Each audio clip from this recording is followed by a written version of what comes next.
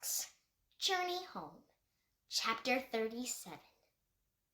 The next morning a cold wind blew up before dawn.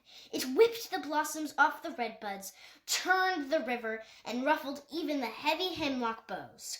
It did not wake the kit, but it brought a welcome surprise to PAX. He edged his muzzle out from their nest to be sure. Yes, a visitor, unanticipated but much longed for.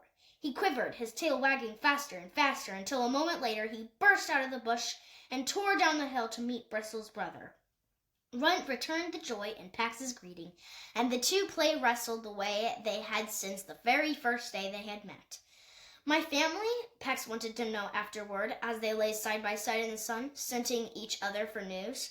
Bristle was healthy, PAX was comforted to learn, and the kits as well. They wanted him to come back. "There is no longer any need to find a new home," Runt reported. "The humans have left the reservoir." PAX knew this, but he was surprised that Bristle did not worry the humans would come back. Then Runt shared news that astonished him even more. Before they left, the humans had poured vast sheets of fish into the reservoir, so plentiful that even the kits could easily scoop them up. It is safe at the deserted farm now. Food is abundant. But Bristle was so grieved at losing her daughter that she won't leave the other two kits alone to hunt now. She needs you. PAX saw that Runt was also greatly sorrowed by the belief that his niece had died. "She is not dead. She is with me." Runt jumped to his feet. He had tracked the little vixen to the still pond, but after that only PAX's trail led to the river, and then that disappeared. He had picked up PAX's scent at the broad valley and followed it here. "Show me." PAX led him up to the hill and under the hemlock bough. Runt barked his excitement at seeing his niece, and the kit awoke. She strained to rise to her uncle, but fell back. She clasped his neck when he bent to cover her face in kisses. Then Runt's brow pricked in concern. He pulled back and sniffed her carefully. "Unwell?" "Unwell," PAX confirmed. Runt continued his distress examination. "And small. Her brothers have grown larger."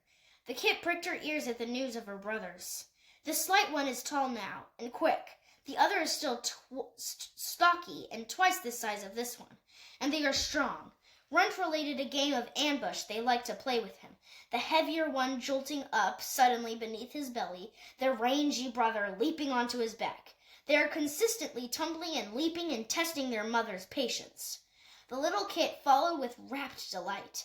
PAX heard of her brother's adventures with pleasure too, but also with a splinter of anxiety.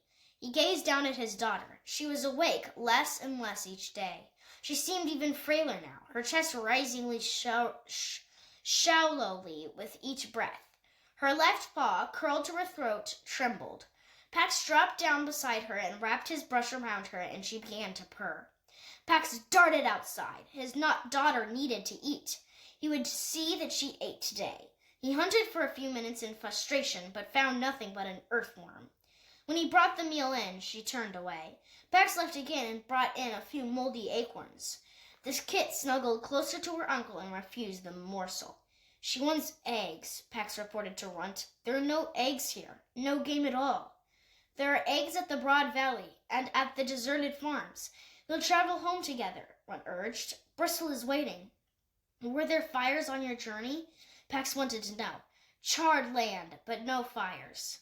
PAX watched his daughter struggle to her feet. She stood wavering at the edge of the little shelter, and he knew that she would try, but she could not make the trip. He licked her ears with care and settled her down on the soft pine duff again. "You return," he answered Runt. "We will follow when she is well." He walked with Runt to the edge of the shelter. "Stay," he ordered his kit. "I will travel with Runt to the Broad Valley and bring back eggs. Do not go out." The kit's eyes widened at his strict tone, and then she dropped her head onto her paws again. And PAX was satisfied. It was nearly full morning, the time when she was the sleepiest, so she would probably not wake until he returned. Still, he did not want to be away for long. "Hurry," he encouraged Runt once they were outside. But Runt walked down to the riverbank and drew up short by the big rock. PAX joined him. They were on the spot where Gray had died. Both foxes grew still, as if the calm that the old fox had always borne since still rose from his bones. Pax thought briefly of his boy. He would be coming soon. They would not visit together today. And then, standing shoulder by shoulder with his friend, he shared once memories of what had happened here. Once triumphant splash across the water upon located Bristle and Pax. His joyous sprint up the hill towards them, arrested halfway by the explosion that tore his leg from his hip. The days he'd laid near dead in the muddy reeds, where he'd finally awoken to discover his terrible loss. A fresh gust of cold ruffled the dark water. "Leave this place," Runt urged. "Come home."